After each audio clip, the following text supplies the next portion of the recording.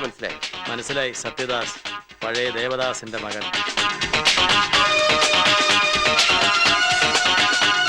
Mrs ബാഹുലേന്റെ പരാതി പ്രകാരമാണ് ഞാൻ വന്നത്.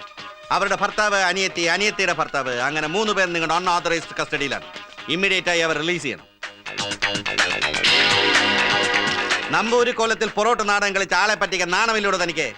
അവരെ ഉടൻ റിലീസ് ചെയ്യണം, ഇല്ലെങ്കിൽ ബലം പ്രയോഗിക്കേണ്ടി വരും. ബലം പ്രയോഗിക്കേ? ബലവാൻ?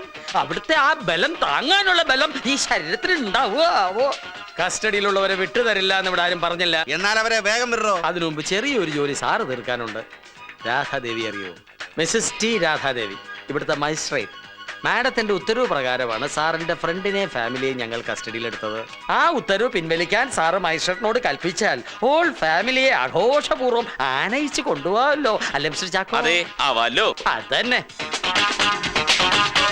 കുട്ടിസ്വാമി, സാപ്പാടുക്ക് ഗസ്റ്റ് എടുക്ക്. തിരുവോണം തന്നെ പായസം ചേർത്ത് ഭേഷ സാപ്പിട്ട് പോലെ. ചക്രവ്യാധി ഒന്നുമില്ലേ?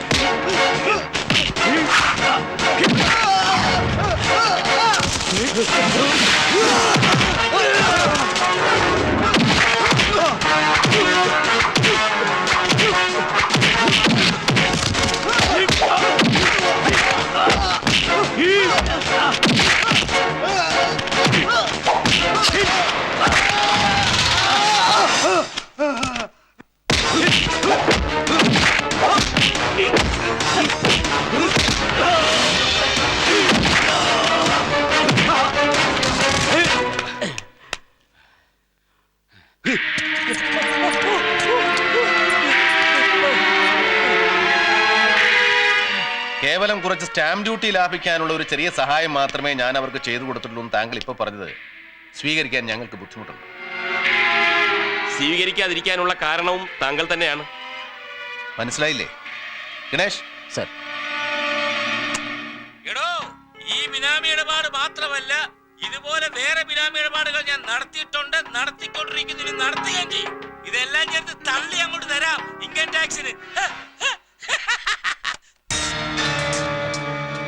അത് ഞാനൊരു തമാശക്ക് പറഞ്ഞു എന്നല്ലാതെ. എന്നാൽ ഒട്ടും തമാശയില്ലാത്തൊരു കാര്യം പറയട്ടെ. CBI ഇപ്പൊ അന്വേഷിച്ചുകൊണ്ടിരിക്കുന്നത് ഈ ട്രാൻസാക്ഷനുമായി ബന്ധപ്പെട്ട ഒരു കൊലപാതകത്തെ കുറിച്ചാണ്. ആ കൊലപാതകത്തിന്റെ ലാഭത്തിൽ പങ്കുപറ്റിയ ആളും കൊലപാതക തന്നെയാണ്.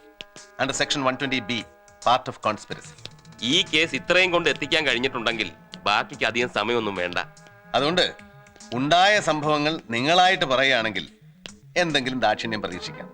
മറിച്ച് ഞങ്ങളാണ് കണ്ടുപിടിക്കുന്നതെങ്കിൽ ഇതൊന്നും ആയിരിക്കില്ല രീതി. എന്തിന്റെ പ്രത്യുപകാരമായിരുന്നു ഈ ഷോപ്പിംഗ് കോംപ്ലക്സ്? അതിനു പകരം എന്താ നിങ്ങൾ സാധിച്ചു കൊടുത്തത്? ഈ ട്രാൻസാക്ഷന് പിന്നിലെ ഹിഡൻ അജണ്ട എന്തായിരുന്നു? പറഞ്ഞേ തീരൂ ബാഹുലേയ. പറയാം. ഒരു ശനിയാഴ്ച രാത്രിയാണ് മാണിക്കുഞ്ഞ് കൊല്ലപ്പെട്ടത്. ഞായറാഴ്ച രാവിലെ പോസ്റ്റ്മോർട്ടവും ശവടക്കം കഴിഞ്ഞ് എന്നെ കാണാൻ ഔസപ്പച്ചനും വർക്കിയും സത്യദാസും കൂടെ വന്നിരുന്നു. മാണിക്കുഞ്ഞിനെയും മരുമകളെയും ഏതോ കള്ളന്മാർ കൊന്ന് ആ വീടാകെ കൊള്ളയടിച്ചു. നമ്മൾ ഉടൻ നീങ്ങിയില്ലെങ്കിൽ ബാക്കിയുള്ള സ്വത്തുക്കൾ മുഴുവൻ ഏതെങ്കിലും മുള്ളിയാത്തെറിച്ച ബന്ധുക്കൾ വന്ന് കൈക്കലാക്കും. ഞാനിപ്പോഴെന്താ ചെയ്യേണ്ടത്? മാണിക്കുഞ്ഞ് വിൽക്കാൻ ഉദ്ദേശിച്ചിരുന്ന സ്വത്തുക്കൾ പാർട്ട്നേഴ്സിന്റെ പേരിൽ വിറ്റതായിട്ടുള്ള എല്ലാ പ്രമാണങ്ങളും റെഡിയാണ്. ആവശ്യമുള്ള ഒപ്പും കൈരേഖകളും അടക്കം. അതിന് സ്വത്തുക്കൾ ആരാർക്ക് എപ്പോ വിറ്റു? ഇപ്പോ വിറ്റു. ഹാ എടോ, മരിക്കുന്നതിന് തൊട്ട് മുമ്പ് വിറ്റെന്ന് കൂട്ടിക്കോ. മാണിക്കുഞ്ഞ് മരിക്കുന്നതിന് മുമ്പലത്തെ ഡേറ്റുകളിൽ വാങ്ങിയ സ്റ്റാമ്പ് പേപ്പറിൽ എഴുതി തയ്യാറാക്കിയതാണ് ഈ പ്രമാണങ്ങളെല്ലാം. വിൽക്കാൻ ഉദ്ദേശിച്ചിരുന്ന വസ്തുക്കളുടെ എല്ലാം പ്രമാണങ്ങൾ ഒട്ടും സംശയം തോന്നാത്ത വിധത്തിൽ കൃത്യമായി സർവേ നമ്പർ അടക്കം എലിക തിരിച്ചിതിൽ എഴുതിയിട്ടുണ്ട്. പ്രമാണങ്ങളുള്ള മാണിക്കുഞ്ഞിന്റെ ഒപ്പും കൈരേഖയും ഒറിജിനലാണോ എന്ന് ഞാൻ ചോദിച്ചപ്പോൾ ഒറിജിനലിനേക്കാൾ പെർഫെക്റ്റ് ആണെന്നാണ് അവർ എന്നോട് മറുപടി പറഞ്ഞത്. എന്നിട്ട് ആ ഡോക്യുമെന്റുകൾ മാണിക്കുഞ്ഞ് കൊല്ലപ്പെട്ട ദിവസം ശനിയാഴ്ച പകൽ ഓഫീസിൽ ഇരുന്നതിന് മുമ്പ് രജിസ്റ്റർ ചെയ്തായിട്ട് വരുത്തണം. അപ്പൊ ബാഹുലൻ എന്ത് പറഞ്ഞു? എന്ന് തോന്നിയ ദിവസം നിങ്ങൾ ഈ പറയണേ. വിൽക്കുന്ന ആൾ നേരിട്ട് രജിസ്റ്റർ ഓഫീസിൽ വന്ന് രജിസ്റ്ററിൽ ഒപ്പുവെക്കുകയും തമ്പ് ഇംപ്രഷൻ രേഖപ്പെടുത്തുകയും ചെയ്യണം. ഇപ്പൊ ചത്ത് കുഴി കിടക്കുന്ന ആളെ എങ്ങനെ കൊണ്ടുവരാനാ? നടക്കില്ല. ഇവിടെയാണ് രജിസ്ട്രാർ സാറിന്റെ ചെറിയൊരു സഹായം ഇവർക്ക് വേണ്ടത്. കുറെ നേരത്തേക്ക് ഓഫീസിലുള്ള രജിസ്റ്റർ ഒന്ന് തന്നയച്ചാൽ ഒപ്പും വേണ്ട കൈരേഖകളും ഈ ലോകത്തൊരാൾക്കും സംശയം വരാത്ത രീതിയിൽ ഇടിച്ച് തിരികെ കൊണ്ട് തന്നേക്കാം. അല്ല അതിപ്പോ അവശേപിച്ചോ തരും. അതിന് പ്രത്യുപകാരമായി അവർ ആ ഷോപ്പിംഗ് കോംപ്ലക്സ് എനിക്ക് ഓഫർ ചെയ്തു. അത് നിരസിക്കാൻ എനിക്ക് മനസ്സ് വന്നില്ല. ഞാൻ സമ്മതം മൂടി. അന്ന് ഞായറാഴ്ച ഓഫീസ് തുറന്ന്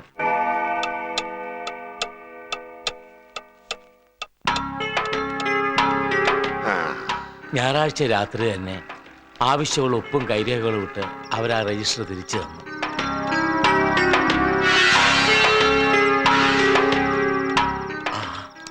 അതാത് ദിവസം രജിസ്റ്റർ ക്ലോസ് ചെയ്യണ്ടല്ലേ? പിന്നെന്താ ഞായറാഴ്ച? സാധാരണ രജിസ്റ്റർ അതാ ദിവസം ക്ലോസ് ചെയ്യും. പക്ഷെ ശനിയാഴ്ച തിരക്ക് കൂടുതലുണ്ടെങ്കിൽ തിങ്കളാഴ്ച രാവിലെ ക്ലോസ് ചെയ്യാറുള്ളൂ. ആ ശനിയാഴ്ച രജിസ്റ്റർ ക്ലോസ് ചെയ്തിരുന്നില്ല. ഇനി ക്ലോസ് ചെയ്താലും ഏതെങ്കിലും തരത്തിൽ ഓപ്പൺ ചെയ്ത് കൊടുക്കും. 3.5 കോടിയുടെ ഓഫർ അല്ലേ അപ്പുറത്ത് കിടക്കുന്നത്. ഈ മാണിക്കുഞ്ഞിന്റെ ഒപ്പും വിരലടയാളവും എങ്ങനെ മാനിപ്പുലേറ്റ് ചെയ്തു? ഏതൊപ്പം അനുകരിക്കാൻ കഴിവുള്ളൊരു ഫ്രോഡിനെ സത്യദാസിന് അറിയാം. അവനാ മാണിക്കുഞ്ഞിൻ്റെ ഒപ്പിട്ടത്. പക്ഷെ കൈരേഖ എങ്ങനെ ഒപ്പിച്ചെന്ന് ഞാൻ എത്ര ചോദിച്ചിട്ടും അവർ പറഞ്ഞില്ല. ഇതിനെക്കുറിച്ച് അന്നുണ്ടായ വിജിലൻസ് കേസ് ഇതിലാണ് ഒതുക്കിയത്. ഈ ഔസേപ്പച്ചനെയും കൂട്ടരെ ഉടനെ കാണും. വിരലടയാളത്തെക്കുറിച്ചുള്ള സംശയങ്ങൾക്കും ചോദ്യങ്ങൾക്കും മറുപടി അവർ പറയും. സർ, നാളെ വരാ.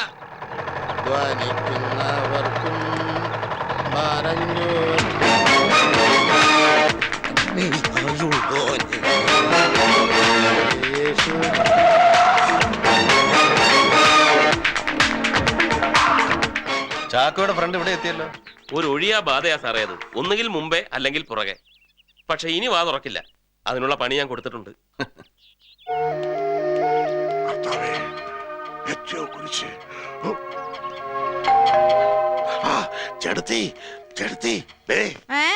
ആര് ചോദിച്ചാലും ഞാനില്ല വേളാങ്കണ്ണി.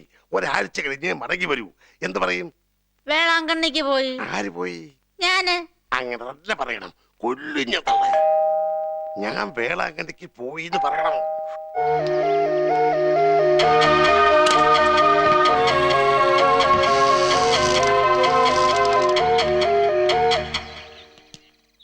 മുതലാളി വേളാങ്കണ്ണിക്ക് പോയി. ഒരാഴ്ച കഴിഞ്ഞേ വരത്തുള്ളൂ. കറക്റ്റ്. റെഡിമെയ്ഡ് ഉത്തരം. പറഞ്ഞു പറയിച്ചാണെന്ന് പറയത്തേയില്ല. അമ്മച്ചിക്ക് എന്നെ മനസ്സിലായോ? ഓർക്കുന്നോ?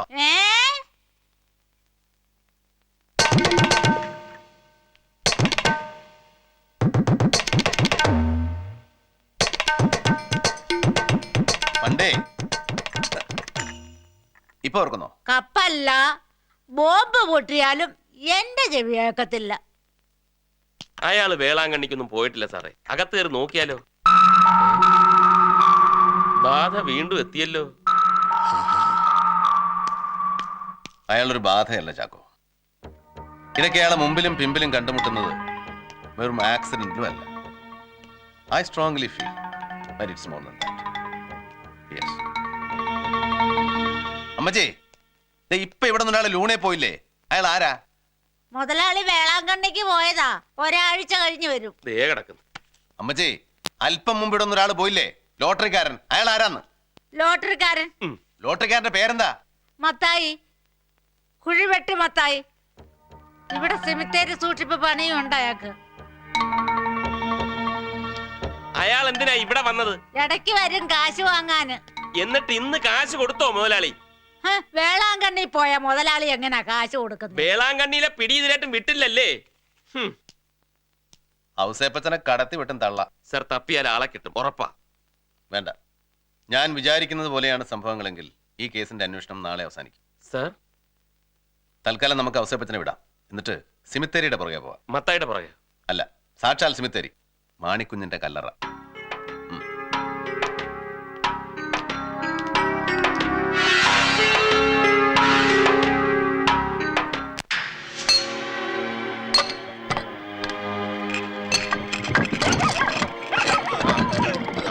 ലാബൊന്ന് കുത്തിപ്പിടി.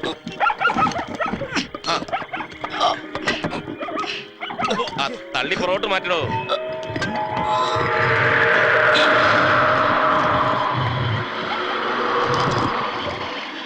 മത്തായി, മണ്ണൊന്ന് മാറ്റി മാറ്റാലൂടെ പറഞ്ഞത്.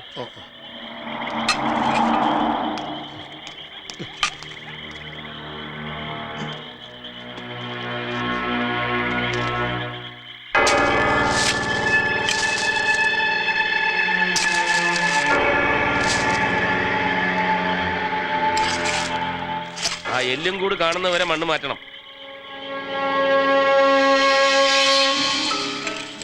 പതുക്കെ പതുക്കെ സൂക്ഷിച്ചു വേണം, അസ്ഥി ഒന്നും പൊട്ടരുത്.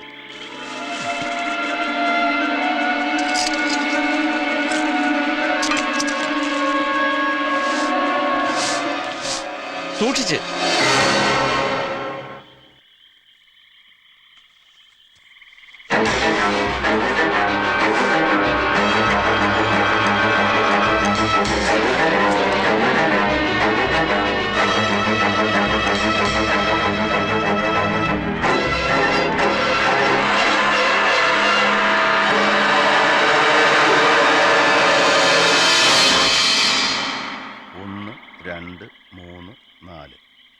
അഞ്ചാമത്തെ വിരലെവിടെ പോയി? മാണിക്കുഞ്ഞിന്റെ തള്ളവിരൽ എവിടെ പോയി മത്തായി?